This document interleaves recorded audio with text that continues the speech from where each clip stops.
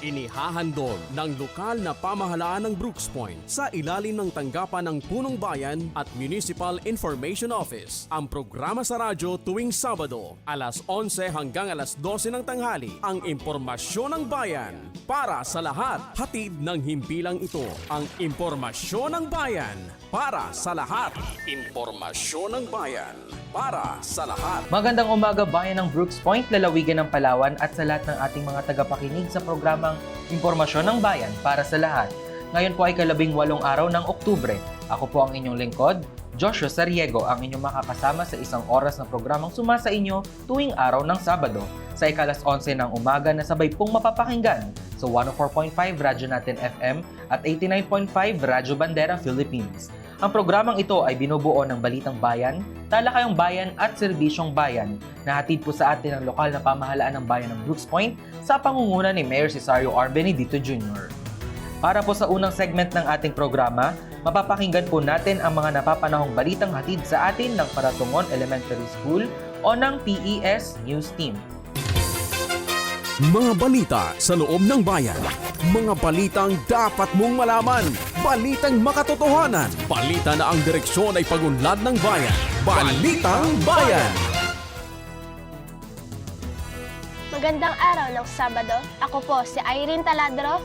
At ako naman po si Trixie Tusares. Kami po ang maghahatid ng makabuluhang balitang bayan na aming nakalap sa bayan ng Brooks Point ngayong linggo. Narito ang ulo ng mga balita na ihahayag sa atin ng Paratungon Elementary School o ng PES News Team. Mga balita sa loob ng bayan. Mga balitang dapat mong malaman. Balitang makatotohanan. Balita na ang direksyon ay pagunlad ng bayan. Balitang Bayan. Rojas Tourism Office nagsagawa ng program benchmarking sa bayan ng Brooks Point.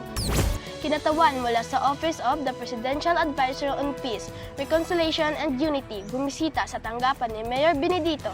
Biktima ng sunog sa barangay Uring-Uring, tumanggap ng relief assistance mula sa LGU Brooks Point. Paggawad ng tulong sa mga benepisyaryo ng pag-abot program, pinangunahan ni Mayor Benedito. Sunod-sunod na rescue training, pinangunahan ng MDRRMO. Brooks Point Grand Terminal at mga transport van operations, nagsagawa ng coordination meeting. Mayor Benedito pinangunahan ng Econ Board regular meeting. Slaughterhouse Operations and Management Orientation Seminar, matagumpay na idinaos. Mayor Benedito nakipag-ugnayan sa mga informal settlers ng barangay Sarasa IP Village. At bagong talagang jail warden ng BJMP Brooks Point kilalanin. Magbabalik ang PS News Team para sa mga detalye ng Balitang Bayan. Mga balita sa loob ng bayan. Mga balitang dapat mong malaman. Balitang makatotohanan. Balita na ang direksyon ay pagunlad ng bayan. Balitang Bayan. At nagbabalik ang ating Balitang Bayan. Tayo po ay manatiling nakatutok sa programang ito. Para sa ating unang balita, Rojas Tourism Office nagsagawa ng program benchmarking sa bayan ng Brooks Point. Tunghayan natin ang detalye sa balita ni PS News reporter Jane Riza T. Jamil. Balitang Bayan. Upang higit pang mapaunlad ang turismo at mga programang pangkultural sa bayan ng Rojas, nagsagawa ng benchmarking activity ang Tourism Development Management Promotions and Information Center ng Rojas sa bayan ng Brooks Point mula October 2 to 4, 2025. Malugod na tinanggap ni Mayor Cesario R. Benedito Jr. kasama sina Administrator Edgar P. Lacandazo at Konsihal Stalwart Joseph Benedito ang mga delegado mula sa Rojas ngayong October 3, 2025 sa New Municipal Lobby, Barangay Tubtob, Brooks Point, Palawan. Kabilang sa mga dumalo mula Rojas, sina Municipal Culture and Arts Coordinator Rachel V. Morte at Executive Assistants Juan Jobert V. Rezaga at Donna May B. Lopez. Layunin ng kanilang pagbisita na masuri at matutunan ang mga programang pangturismo at pangkultural ng Brooks Point na maaaring magsilbing huwaran para sa mga pinaigting na tourism promotion at sustainable development ng bayan ng Rojas. Ang nasabing benchmarking ay isinagawa sa paintulot at buong suporta ni Municipal Mayor Pedi B. Sabando na naglaan ng kaukulang allowance at transportation support para sa mga lumahok. Ako po si Jane Riza T. Jamil para Tungon Elementary School, nag-uulat para sa Balitang Bayan. Salamat, Jane! At sa balitang pangbayan, kinatawan mula sa Office of the Presidential Advisor on Peace, Reconciliation and Unity, bumisita sa tanggapan ni Mayor Benedito. Para sa detalye, narito si PS News Reporter Gabriel Marco Labor. Balitang Bayan. Nagkaroon ng courtesy visit ang kinatawan mula sa Office of the Presidential Advisor on Peace, Reconciliation and Unity, OPAPRO, na si Paulette Castillo kay Mayor Cesario R. Benedito Jr. ngayon ng October 6, 2025 na New Municipal Lobby, Barangay Tugtog, Brooks Point, Palawan. Layunin ng pagbisita ang pagpapalakas ng ugnayan ng pagitan ng pamahalaang bayan ng Brooks Point at ng OPAPRO, kaugnay ng mga programa at tibong pangkapayapaan, pagkakaisa at rehabilitasyon sa mga komunidad ng bayan. Ang pagpupulong ay naging daan upang mapag-usapan ang mga hakbang ng pagpapatibay sa mga peace initiatives at magsusulong ng mapayapa at inisklutibong kaunlaran ng Brooks Point. Ako po si Gabriel Marco S. Labor, para Tungon Elementary School, nag-uulat para sa Balitang Bayan. Maraming salamat sa iyo, Gab. Susunod, biktima ng sunog sa barangay Uring-Uring, tumanggap ng relief assistance mula sa LGU Brooks Point. Silipin natin ang buong detalye sa ulat ni PS News Reporter Abilod Regina Medicino. Balitang Bayan. Nag-abot ng tulong ang pamalaang bayan ng Brooks Point ngayong Lunes, Setyembre 29, 2025 sa isang residente ng barangay Uring-Uring na naapektuhan ng naganap na sunog. Kabilang sa pamahaging ayuda ang relief assistance upang makatulong sa muling pagbangon ng biktima. Ang pagbibigay ng tulong ay bahagi ng agarang pagtugon ng lokal na pamahalaan sa mga insidente ng sakuna at kalamidad. Layunin nitong maibsan ang bigat ng pinagdaraanan ng mga naapektuhan at matiyak na hindi sila mapapabayaan sa panahon ng pangangailangan. Patuloy na ipinatutupad ng pamahalaang lokal ang mga programang nakatuon sa pagbibigay ng suporta at serbisyong panlipunan para sa lahat ng mga mamamayan ng Brooks Point, lalo na sa mga dumaranas ng hindi inaasahang trahedya. Ako po si Abilod Regina J. Medicilon ng Paratungon Elementary School, nag-uulat para sa Balitang Bayan. Salamat sa iyo, Abby! Paggawad ng tulong sa mga benepisyaryo ng pag-abot program, pinangunahan ni Mayor Benedito. Alamin natin ang buong detalye kay PS News Reporter Francesca de las Reyes. Balitang Bayan. Nangunahan ni Mayor Cesario R. Benedito Jr. ang awarding at financial at livelihood assistance para sa mga benepisyaryo ng pag-abot program ng Department of Social Welfare and Development Field Office, DSWD-FO Mimorapa noong Biyernes, October 3, 2025 sa New Municipal Lobby, Barangay Tugtog, Brooks Point, Palawan. Katuwang ni Mayor Benedito sa pamamahagi ng tulong sina DSWD, FO Mimoropa Social Welfare Office 2, Ihale, M. Ribajo Regional Cashier Evelyn V. Ligaspi at ang mga kinatawan mula sa Municipal Social Welfare and Development Office, MSWDO ng Brooks Point. Ang programa ay naglalayong bigyan ng pagkakataon ang mga pamilyang nangangailangan na muling makabangon at makapagsimula ng sariling kabuhayan. Lubos naman ang pasasalamat ng mga benepisyaryo sa natanggap na tulong pinansyal at pangkabuhayan na nagsisilbing puhunan para sa kanilang mga plano sa pagninegosyo at dagdag kabuhayan. Ayon sa kanilang, malaking tulong ito upang matugunan ang pang-araw-araw na gastusin at masiguro ang maayos sa pamumuhay ng kanilang pamilya. Ako po si Francesca M. de las Reyes ng Paratungon Elementary School, nag-uulat para sa Balitang Bayan. Maraming salamat, Cheska. Samantala, sunod-sunod na rescue training pinangunahan ng MDRRMO. Narito ang ulat ni PS News Reporter Jane Riza Jamil. Balitang Bayan. Ang pamahalaang bayan ng Brooks Point sa pamamagitan ng Municipal Disaster Risk Reduction and Management Office sa pamumuno ni Engineer Mod Ryan R. Miranda, REB-REA, katuwang ang Bureau of Fire Protection Mimaropa, ay nagsagawa ng basic vehicular extrication techniques, collapse structure search and rescue, and confined space rescue training mula Oktubre 1 to 7, 2025 sa New MDRRMO Emergency Operations Center, Barangay Tugtog, Brooks Point, Palawan. Dumalo rin sa pagbubukas ng programa si Mayor Cesario R. Benedito Jr. kasama ang mga kinatawan ng MDRRMO at Bureau of Fire Protection. Layunin ng pagsasanay na ito na higit pang palakasin ang kakayahan at kasanayan ng mga emergency responders at volunteers upang makapagbigay ng maagap, ligtas at epektibong tugon sa mga aksidente sa kalsada, paggunang struktura at iba pang uri ng emerhensiyang nangangailangan ng agarang rescue operations. Ang programang ito ay bahagi ng patuloy na advokasya ng pamahalaang bayan ng Brooks Point upang matiyak ang isang ligtas at panatag na Brooks Point. Ako po si Jane Raisa Talib Jamil, Paratungon Elementary School, nag-uulat para sa Balitang Bayan. Salamat sa iyo, Jane. Susunod, Brooks Point Grand Terminal at mga transferred van operations nagsagawa ng coordination meeting. Balitang hatid sa atin ni PS News reporter Jenica Monique Paredes. Balitang Bayan.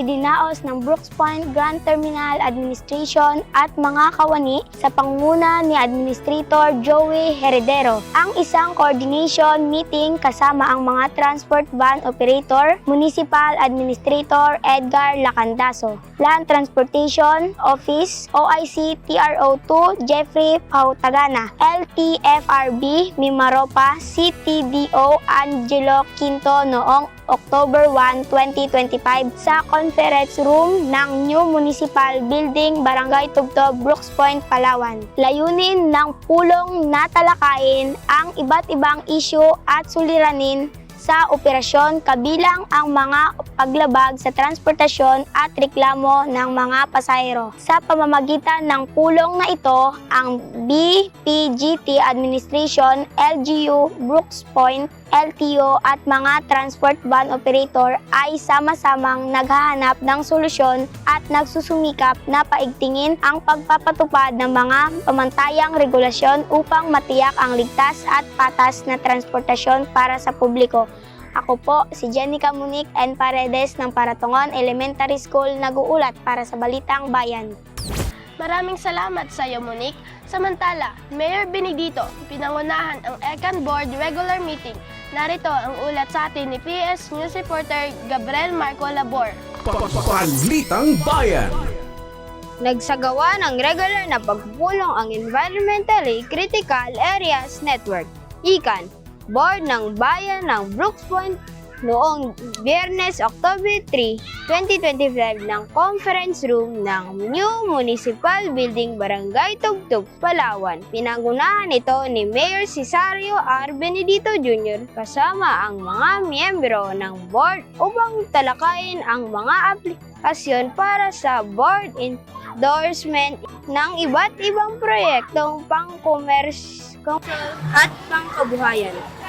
Kabilang sa mga tinalakay ng proyekto ang Commercial Sand and Gravel Project, Granulated Charcoal Manufacturing Project, Live Fish Trading Project, Gas Station Project, at Almasiga Resin Project. Layunin ng pagpupulong na suriin ang mga ito batay sa mga pamantayang pangkalikasan at pangkabuhayan ng bayan. Binigyan diin ng pagpupulong ang kahalagahan ng balanse, pag-unlad, ang pagsusulong ng mga makalilikha ng trabaho at dagdag kita para sa mga mamamayan habang patuloy na pinangangalagaan ang likas, yaman at kaligtasan ng Brooks Point para sa kasulukuyan at susunod na henerasyon. Ako po si Gabriel Marco Estabor, Paratungon Elementary School, nag-uulat para sa Balitang Bayan. Salamat sa iyo, Gab. Slaughterhouse Operations and Management Orientation Seminar. Matagumpay na idinaos sa ulat ni PS News reporter Abeloyd Regina Medicilo. Balitang Bayan.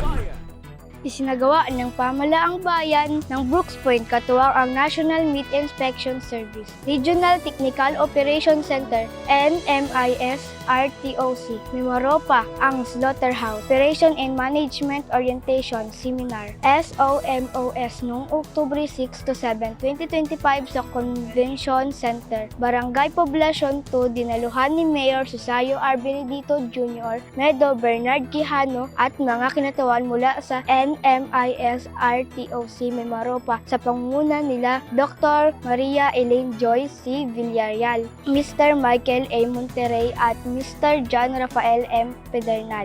Tinalakay sa unang araw ang mga paksa hinggil sa mga batas at regulasyon sa slaughterhouse, management, kalinisan ng pasilidad, waste management at safety in humane handling of animals. Habang sa ikalawang araw ay itinampok ang slaughtering procedures, meat inspection at sanitation protocols. Layunin ng naturang aktibidad na mapalawak ang kaalaman ng mga kalahok sa tamang operasyon ng slaughterhouse, alinsunod sa pambansang pamantayan upang matiyak ang kalinisan, kaligtasan at kalidad ng karne na ibinebenta sa publiko.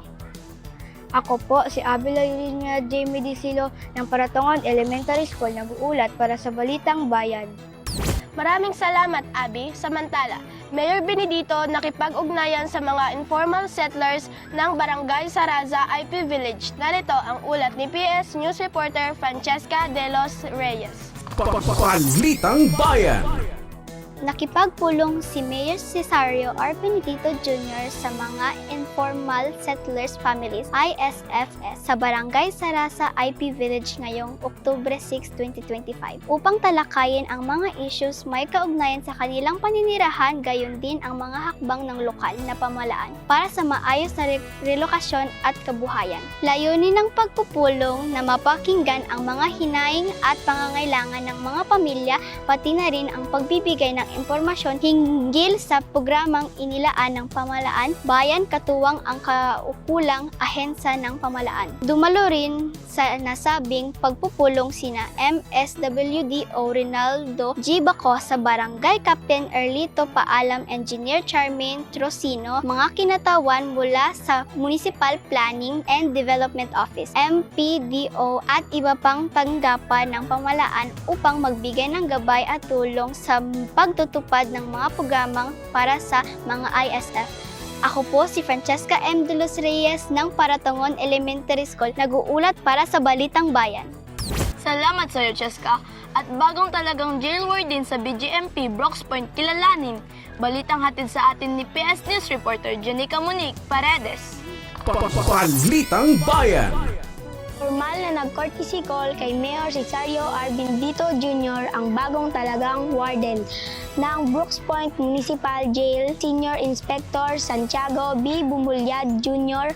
ngayong Biyernes, October 3, 2025 sa New Municipal Lobby, Barangay Tugtog, Brooks Point, Palawan. Layunin na naturang pagbisita ang formal na pagpapakilala ng bagong warden at ang pagpapatibay ng ugnayan at koordinasyon sa pagitan ng pamahalaang bayan ng Brooks Point at ng Bureau of Jail Management and Penology. Sa pamamagitan nito, inaasahang higit pang mapalalakas ang mga programa at serbisyong nakatuon sa kapakanan ng mga persons deprived of liberty, gayon din sa pagpapanatili ng kaayusan at kaligtasan ng buong komunidad. Ako po si Jenica Monique N. Paredes ng Paratongon Elementary School, nag-uulat para sa Balitang Bayan.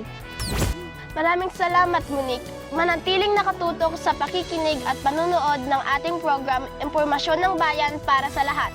Susunod na sa ating program ang Talakayang Bayan. Ako po si Irene M. Taladro. At ako naman po si Trixie B. Lozares. Kami po muli ang Paratongon Elementary School o ang PS News reporters na naghatid ng Balitang Bayan.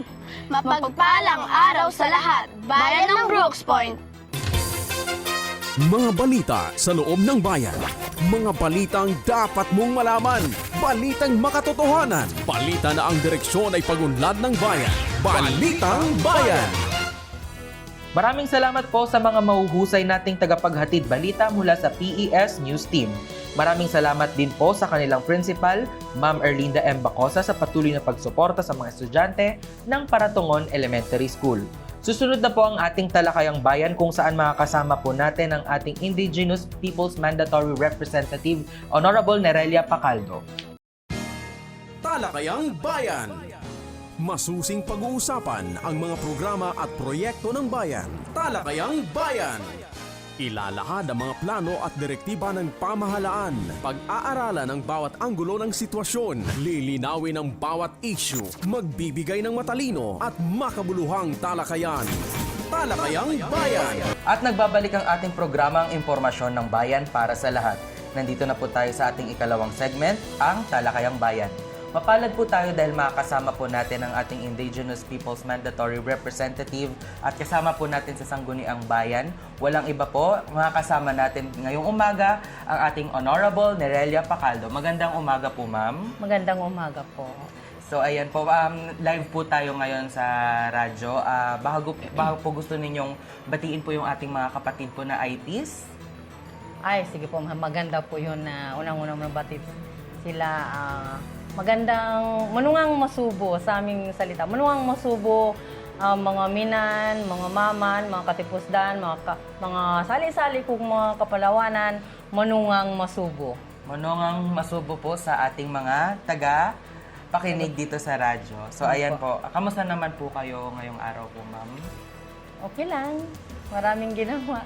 Busy dahil sa preparation ng Apo. IP's Month celebration. Maraming inaasikaso. Ngayon po, ma'am, ay atin pong ipagdiriwang ngayong buwan ng Oktubre ang 25th Indigenous Peoples Month celebration at ang ating 28th IPRA or commemorations o yung tinatawag po natin na Indigenous Peoples Republic Act. Tama po ba yung IPRA po? So, ayun po. So, nandito po tayo para hingi lang po ng mga katanungan or ng kasagutan po sa ating mga katanungan para maliwanagan din po ang ating mga listeners. Okay. So, ayan po.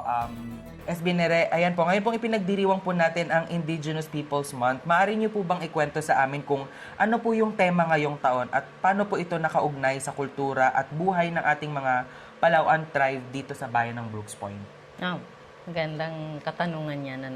Ang tema ay sa English, Weaving Culture, Enriching Future, Empowering Indigenous Communities as Bedrocks of Sustainable Development. Sa Tagalog, hinabing, kalinangan, masayang kinabukasan, pagsasapang pangyarihan sa makatutubong pamayanan bilang saligan ng likas kayang kaunlaran. Ayan po, para sa akin, ay ang timang ito ay naugnay sa buhay at sa pamumuhay ng makatutubong nakapagtapos ng mga kanilang pag-aaral at gayon din ay unti-unting umaangat ang kanilang pamumuhay at antas ng kaalaman. Okay po. Ano-ano naman po yung mga aktibidad o programa na inihanda po ninyo kasama po ang ating mga katutubo para sa selebrasyon po na ito? Mayroon po ba kayong mga traditional na gawain o presentasyon na dapat abangan ng ating mga kababayan? Ay, yan ang nakaka-excited. Apo. Yan yung katanungan. Doon po sa presentation, yung una po ay ang isang panglima na magpipresent ang aming adat. Apo. Yung aming kaugalian. Ayun po, kung ano pong mga ipapaliwanag niya bilang siya ay IP leaders o yung panglima, na yung mga kaugalian noong mga panahon at sa ngayon din na hindi namin winawala yon yung aming kaugalian. Tulad po ng traditional cultural sports at saka yung mga sayaw, yung aming katutubong sayaw at mga laro. Tulad po ng tarot. Yung tarot yung sayaw na namin, mga katutubo. Ayan po ay agong at yung tugtog na agong. At meron din supok. Yung supok, kung maalala po ninyo yung siya, yung maestro po ba yun? Na, ang tawag ito, yung... Parang may target lang may po. target siya. Oo. Yun ay ginagamit yun sa paghulida ng yung mga hayop, ng mga ibon, no? Pangatlo yung kadang-kadang. Kung familiar po kayo sa kadang-kadang, yung kawayan na sinasakyan ng naming katutubo na paunahan o kaya sa babae naman yung baon na may tali, kadang-kadang. Pangapat, yung kasing. Yung kasing parang trumpo siya. Yung trumpo lang, pagkakaiba sa kasing, ang trumpo lang mayroong pako. Pero yung kasing na yun ay may tali, tapos umikot siya. Lobok. Yung lobok na yun, yung pagbabayo ng palay.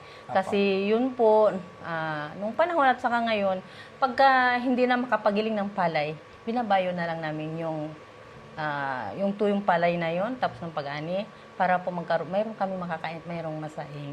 Yes po. Panganim, yung suling. Music yun na gawa dun sa instrumento na gawa sa buho. Ayan, maganda yan. Tapos yung budyak, makikita rin ninyo, mapan nyo, no? Sandpik. yung may ano yun siya sinasantik na bato na sa atin ngayon, di ba, lighter? Dati Apo, yun apo, yun. apo. Yun ang ginagamit. Saka ngayon ginagamit pa rin. Pampabuhay po ng apoy. Tama po. Apoy, Okay po. Kudyapi. Upagang. Ito yung kudyapi, yung gitara Apo, namin mga katutubo. instrument po, apo. Pero may partner siyang babae, yung sa kanya naman pagang. Maganda. Maganda yung kanta nila, yung kulilal, yung kanta nila. Yan ang aming tradisyon na isang nakakaaliw din. Pag mayroong mga parties, may mga kasal o mga binyag, pagpapasalamat, nagtutugtog kami ng kutsapit sa kapagang. Pang-sampo, yung aruring. Ayun din, gawa rin yun sa isang instrumento na gawa sa, ano ba nga ito yung kanyang hinanggit ko sa iyo, isang kahoy din na ginagawa ng mga kapwa katutubo at saka yung barok. Ayan. Ayun po. Ayan po ay meron silang ipiperform nila yan, no? Ipiperform na. Pero para sa akin, para pantay-pantay, wala pong first, second, third. Mayroong pare-pareho silang panalo lahat. Apo, yes Oo, po. yung para masayang pag-uwi na yung walang sama ng loob. Wala pong ano, Oo, magtatampo, ganyan. Pantay-pantay, oo. So, ayan po. Napakaganda po ng mga activities po na inihanda po ng ating opisina ng IPMR para po sa ating mga kapatid na katutubo. So, nakaraang taon po, ma'am, nakasama po kami doon sa Grand Terminal niyo po ginanap po yun. And ngayon naman po, para po sa ngayong taon, saan po natin ito gaganapin? Ayun, para sa kaalaman po ng lahat, Yes, ano? po. Sa Octagon, covered court. Covered gym sa Octagon. Dati kasi nandyan talaga yung kagusto ng mga katutubo kasi malapit sa palengke. Apo. Dati lang, doon kayo sa terminal dahil ginagawa noon. Apo, Kaya yes. gusto mo Opo, sila. inaayos po yung Oo. Octagon nakaraang taon. Oo. At kailan naman po ito gaganapin po, ma'am? Sa October 25 25 po, yan po ay araw ng Sabado. Araw ng Sabado. Para po yung mga invited na mga katutubong nakapagtapos. Kasi dito po sa programa, mamaya talakayin din natin, na may presentation. Okay. Para po ma-recognize din yung mga kapwa katutubo na may mga nakapagtapos, may mga talent silang ipapakita. Apo. Opo. Yes po. Lahat po ng 16 barangays na merong katutubo, through barangay PMR, nire-required po na ilista nila yung mga kapwa namin katutubo na nakapagtapos ng pag-aaral. Ay, very talented yan sila. Yes po. Oo, Opo. no. So, ayan po, sa lahat po ng ating mga listeners, inaanyayahan po namin kayo na saksihan ang selebrasyon po ng mga indigenous people dito po sa bayan ng Brooks Point na gaganapin po sa Octagon Plaza sa darating na Sabado, October 25, 2025. So, ayan po, may iba naman po tayo, ma'am, no? Sa mga nakaraang taon ng inyong panunungkulan bilang IPMR ng ating bayan, ano po yung masasabi ninyong pinakamahalagang accomplishment na talagang nakatulong sa ating mga Palauan tribe? Ay, magandang katanungan yan, no? Sir, kasi yun talagang nakatulong yung first time nilang makatanggap ng insentibo. Okay Quarterly incentives ng mga qualified panglima. Kaya sinasabi nating qualified panglima kasi maraming panglima yan sila. Pero hindi pwedeng qualified doon yung panglima na mayroong insentibo sa barangay, sa munisipyo. Kasi mga ibang panglima kinukuha ng barangay captain na maging kuwan sila, tanod, lupon, may tinatanggap na sila sa munisipyo yan. So yung qualified, yung aktibo silang nagbibitsara. Yung pagbitsara po yung nagsisital ng problema naming mga katutubo, mga hidwaan, aktibo sila nag-aayos. Ayun po ay, katunayan po ay pangalawang taon na nila ngayon tumatanggap ng kailangan insentibo. Nasa 150 qualified panglima. Madami. Opo. Marami po. Opo. So, para maintindihan po ng lahat po, ma'am, maaari niyo po bang i-explain kung ano nga po ba yung tinatawag po nating mga panlima? Oo, sige. Ang mga panglima niyan, kaming mga katutubo ay sila ang kung sa inyo ay parang mga abogado. Kasi okay. silang taga-ayos ng problema, silang tagapagkasal, sila yung mga sa tradisyon namin mga dasal, yung mga panglima na yan. Kaya kung sa English pa ay IP leaders, pero yung mga panglima na yan ay may mga tawag din sa kanila, mga pangalan.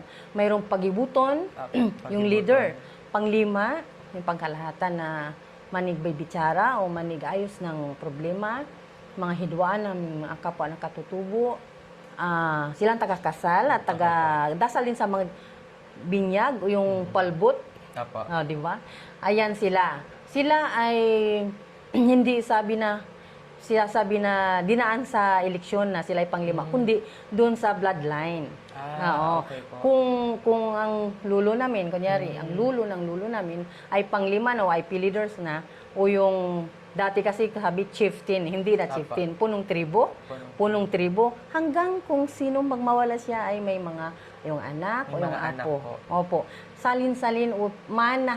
Apo. Pamana lang, Parang mana. royal blood Oo, po siya. ganyan. Hindi yung sabi na dinaan sa eleksyon o pagpili, hindi. Kundi talagang sa sinusunod doon sa adat namin na kapag apo o kamag-anak o anak ng mga panglima, siya na rin ang kapalit kung wala na. Mga ilan po yung panlima po natin dito sa ating bayan? Marami po ba sila? Mayroon po kung sa listahan ko lang sa pagtatanong-tanong ko, sa 16 barangays, mayroon tayong 250. Ay, ang madami po. 255. At nakakatuwang isipin po yun po kasi na kung titingnan po natin, at least marami pong pwedeng magkasal, Opo. pwede po marami pong manigayos ng mga hidwaan po ng ating mga kapatid na katutubo. Kaya napakahalaga po ng mga panlima po dito sa ating bayan at syempre sa komunidad po ng ating mga kapatid na katutubo dito sa ating bayan. Opo.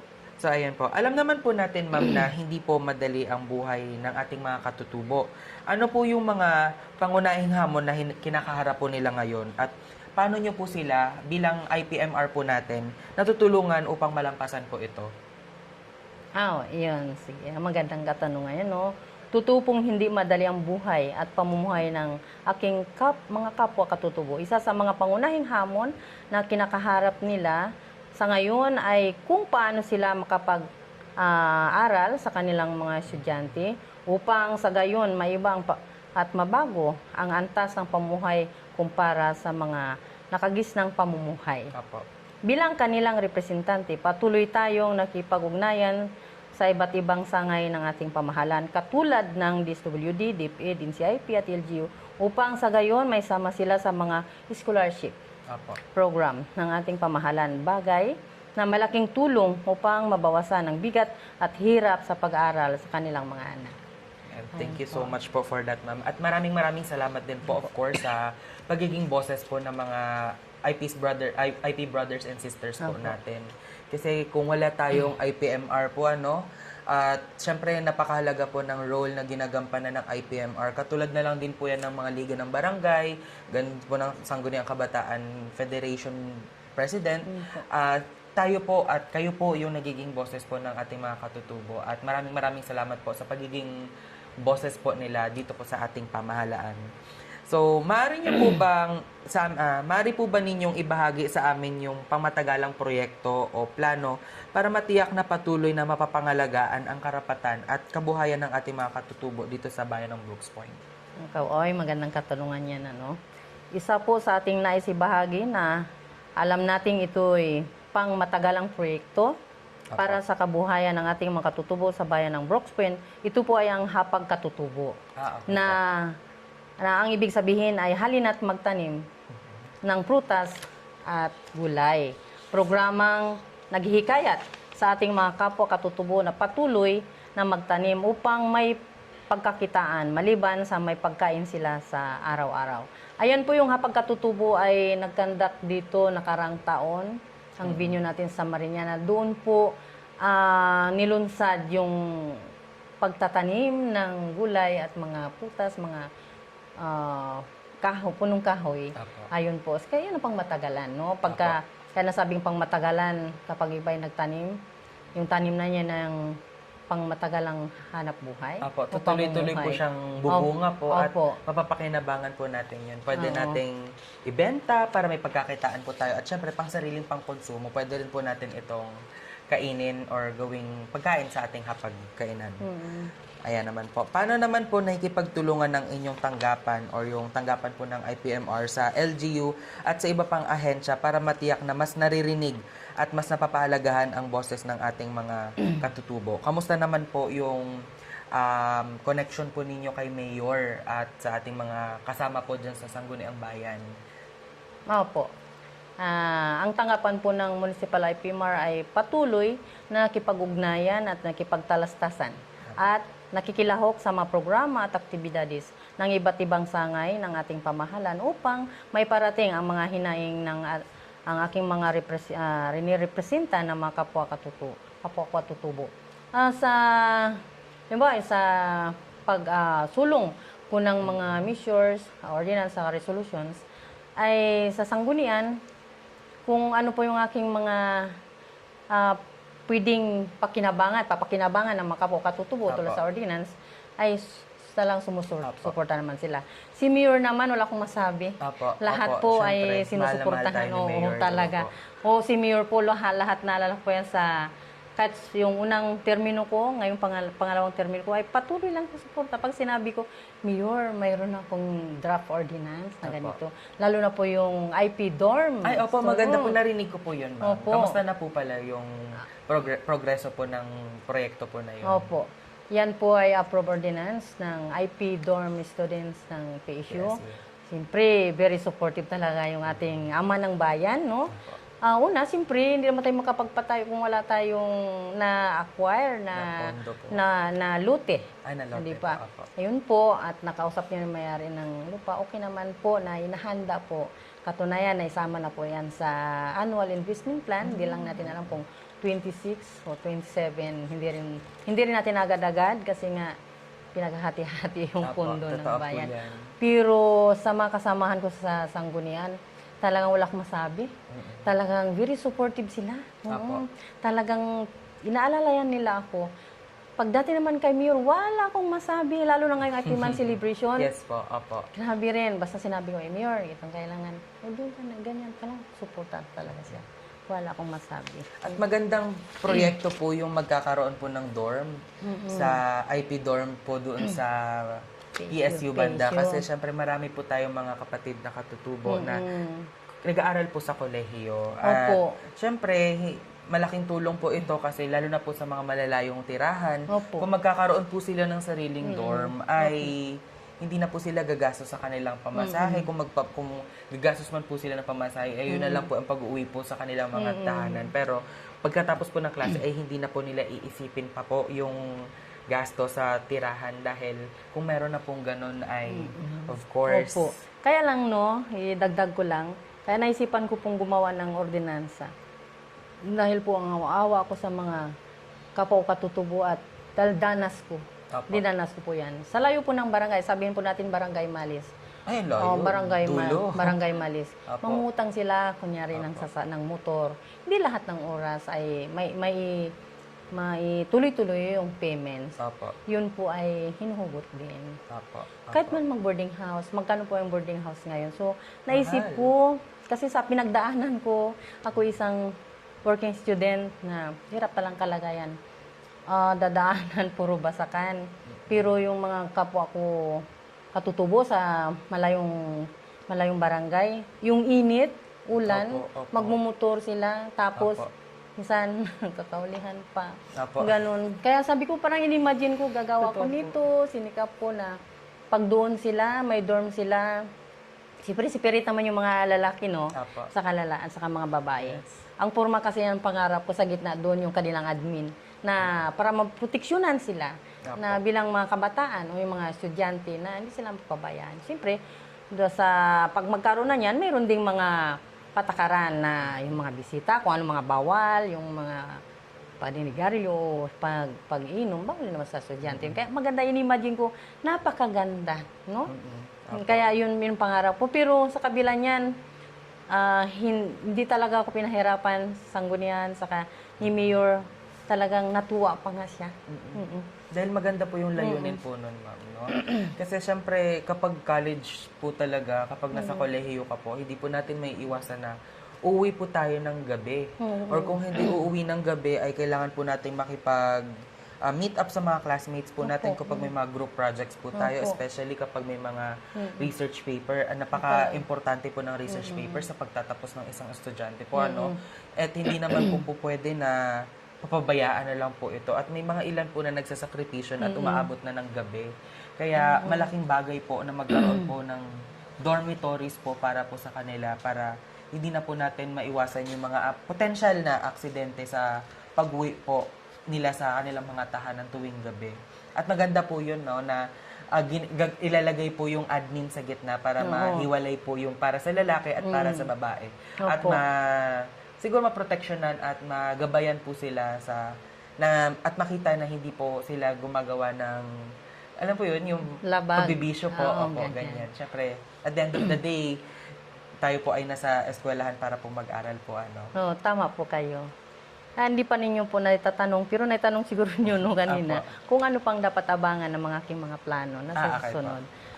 Mayroon po kong draft resolution para po sa mga estudyanteng kapwa ko patutubo na yung salutatorian saka valedictorian. Pero ngayon daw, wala nang ganon yung valedictorian, salutatorian, with honors, o high, o ganon.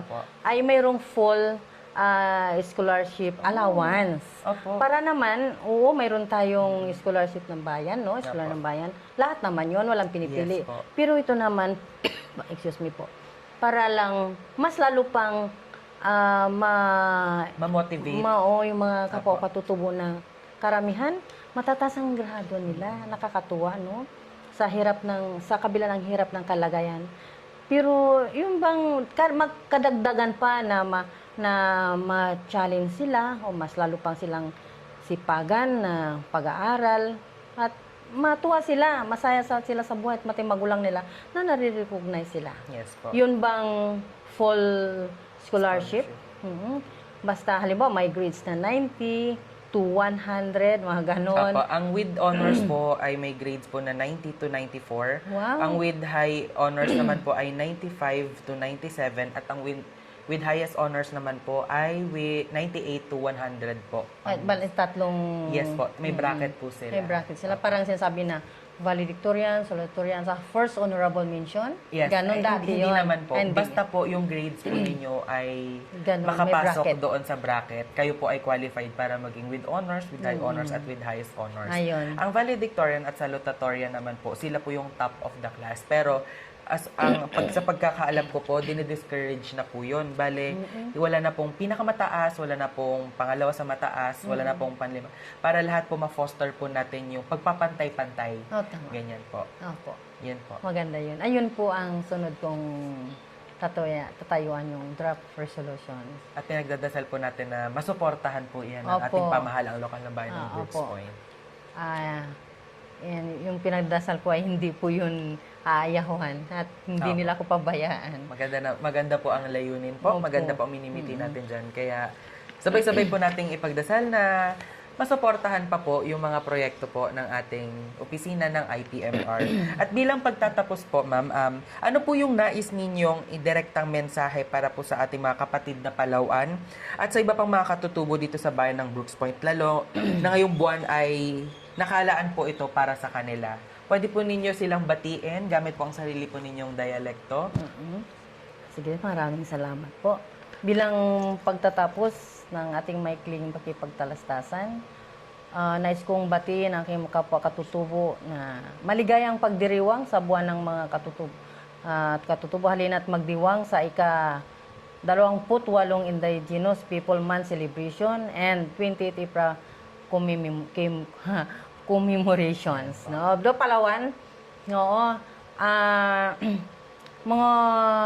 mga sali-sali kong mga kapalawanan, mga katutubo na pag ng kudimyo na kay sulipatan adatsyo na ito bulanot mga katutubo, kailangan kunting English lang i-celebrate syo, magpakasaya syo, magkaisa syo, baano nakasanayan syo mga adatsyo na mga kwan ito kulturasyo, traditional baili, mga kasuutan, mga kanta, mga baili, kay sulipatan, doon natin ipagdiriwang. Ayan po. So ayan po, maraming salamat po sa oras po na inilaan nyo para po sa opisina ng Municipal Information Office at syempre para sa pagbibigay po ng boses para po sa ating mga kapatid na katutubo. Ayan po, atin pong tandaan na sa darating po na araw ng Sabado, October 25, 2025. Atin pong isi-celebrate ang 2025 Indigenous Peoples Month celebration o ang 28th IPRA commemorations with the theme Hinabing Kalinangan, Masaganang Kinabukasan, Pagsasakapangyarihan sa mga katutubong pamayanan bilang saligan ng likas kayang kaunlaran sa Octagon Plaza, Barangay Poblacion District 2, Brooks Point, Palawan. Once again, thank you so much po, SB Nere, sa inyong time. Maraming salamat po. Naway makarating din po kayo sa araw na yun para ipagdiwang natin at mag-participate din po kayo. Maraming salamat. Kita-kits po! Talakayang Bayan. Masusing pag-uusapan ang mga programa at proyekto ng bayan. Talakayang Bayan. Ilalahad ang mga plano at direktiba ng pamahalaan. Pag-aaralan ang bawat anggulo ng sitwasyon. Lilinawin ang bawat issue. Magbibigay ng matalino at makabuluhang talakayan. Talakayang Bayan. Serbisyong Bayan. Mga serbisyo, programa at proyektong bayan na dapat mong malaman at mapakinabangan. Serbisyong Bayan. Mga tulong ng pamahalaan, diretso sa mga mamamayan. Hatid ng pamahalaang lokal ng Brooks Point. Serbisyong Bayan. Malinis, mabilis at makadiyos na paglilingkod. Serbisyong Bayan. Narito na po ang ating serbisyong bayan na hatid po ng pamahalaang lokal ng bayan ng Brooks Point sa pangunguna ni Mayor Cesario R. Benedito Jr., Vice Mayor Attorney Mary Jean D. Feliciano at ng mga sangguniang bayan members. Una na po dyan ang pagbati natin sa mga nakapasa ng nagdaang Civil Service Examination. So binabati po natin ang 50,096 individuals na nakapasa sa August 2025 Civil Service Exam Pen and Paper Test. Lalong-lalo na po sa mga taga Brooks Point na nag-take ng exam at nakapasa. Congratulations po at proud na proud po kami sa inyo. Susunod po dyan ang tawag sa mga kalahok. Ang Municipal Tourism Office ng Brooks Point ay tumatanggap na ng kalahok para sa 15 days na Hilot Wellness Massage Training na gaganapin sa November 11 to 26, 2025. Kasama po dito ang mga araw ng Sabado. Layunin ng programang ito na mapanatili ang tradisyonal na sining ng hilot at makalikha ng bagong kabuhayan para sa mga residente ng Brooks Point sa lumalawak na industriya ng wellness at turismo. Mahalagang paalala lamang po, tanging mga nakakompleto ng buong 15 days ng training ang hinihikayat na mag-apply. So kapag alam po natin na hindi po natin kakayanin na mag-commit sa 15 days po na ito, ay ibigay na lamang po natin ang slot para sa iba. Magkakaroon po ng screening ng applicants dahil sa limitadong bilang ng slot, kaya ang pag-sign up ay hindi automatikong pagtanggap sa programa. Sa mga interesado, maaari lamang po na bisitahin ang official Facebook page ng Brooks Point Tourism, Culture and Arts. Paalala po sa lahat, bukas po tuwing araw ng Miyerkules ang kadiwa ng Pangulo sa munisipyo, kung saan available na sa ating munisipyo ang mga sariwa, mura at abot-kayang mga produkto na gawa ng ating mga local farmers. Naging posible po ito sa pamamagitan ng ating Office of the Municipal Agriculturist sa pangunguna ni Mayor Cesario R. Benedito Jr. at Municipal Agriculturist Renato Bacosa. Matatagpuan po ito sa New Municipal Hall, Barangay Tubtob, Brooks Point, Palawan. Kaya pasok mga suki at sabay-sabay po tayong mamili sa ating kadiwan ng Pangulo sa munisipyo sa tuwing araw ng Miyerkules. Serbisyong Bayan. Mga serbisyo, programa at proyektong bayan na dapat mong malaman at mapakinabangan. Serbisyong Bayan. Mga tulong ng pamahalaan, diretso sa mga mamamayan. Hatid ng pamahalaang lokal ng Brooks Point. Serbisyong Bayan. Malinis, mabilis at makadiyos na paglilingkod. Serbisyong Bayan. Manatiling nakatutok sa mga anunsyo at balita ng ating pamahalaan. Upang maging updated sa mga anunsyo at balita ng pamahalaang lokal ng bayan ng Brooks Point, maaari lamang na i-follow ang ating official Facebook page, Municipal Information Office-Brooks Point o sa www.facebook.com/MIO Brooks Point. At maaari nyo rin pong mapanood ang mga nakalipas na live events, highlights at impormasyon ng Bayan para sa Lahat program sa ating official Facebook or ating official YouTube channel. Hanapin lamang po ang channel na MIO Brooks Point o sa www.youtube.com/@MIO Brooks Point. At dyan po nagtatapos ang ating programang Impormasyon ng Bayan para sa Lahat. sa ngalan ng LGU Brooks Point at bumubuo ng Municipal Information Office sa pangunguna ng ating Municipal Information Officer Designate, Mr. Darwin H. Omar PhD. Ako po ang inyong lingkod, Joshua Sariego. Mapagpalang araw po sa ating lahat at kita-kits po tayo sa susunod na araw na Sabado. Inihahandog ng lokal na pamahalaan ng Brooks Point sa ilalim ng tanggapan ng Punong Bayan at Municipal Information Office. Ang programa sa radyo tuwing Sabado, alas 11 hanggang alas 12 ng tanghali, ang impormasyon ng bayan para sa lahat. Hatid ng himpilang ito, ang impormasyon ng bayan para sa lahat. Impormasyon ng bayan para sa lahat.